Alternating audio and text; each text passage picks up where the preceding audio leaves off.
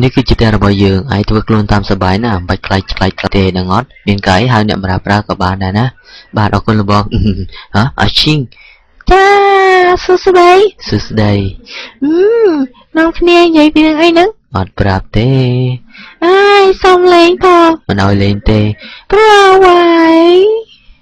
ថ្ងៃប៉ាវចាញ់គេហ្នឹងណា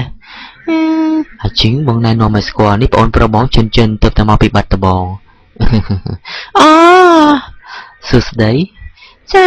លោកតកានក៏សុំឲ្យខ្ញុំមកខ្ញុំអត់លុយទិញបាយហូបឯណាជាពាក់តាម1500នៅសិននៅអើយលោកតកាននៅរហូតចាំមើលតអត់សោះជេរម៉ែណាអូលេងជេរម៉ែទៀតអត់ដឹងបាបឯងមិនប្រែតប្រែតប្រោយអីចាំមើលតអត់សោះផ្ទាត់បងមួយអូយមីនេះលេងឈឺនៅវើយ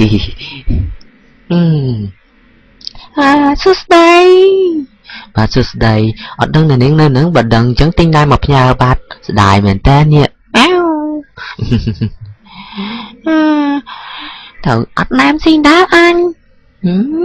អើយលោកតកែខ្ញុំសុំតកែមុនហើយណាខ្ញុំសវងអោម៉ែវ៉ាវអេជប់សិនដល់ស្រួលណាស់ប្រយ័ត្នជន់អាចដឹងនៅចាបងប្រុសតាំងកាលបងនាំនាងទៅលេងបាត់ដំបងម្ដងទៅលេងភ្នំបណ្ណន់ភ្ញៀវច្រើនឥឡូវបាទ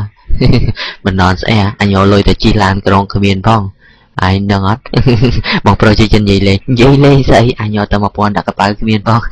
តាមសុបាយបងទៅមកណាបាទបងប្រុសប្រយ័ត្នជន់អាចដឹងហើយកុំតបកុំឲ្យអត់ប្រាប់សោះ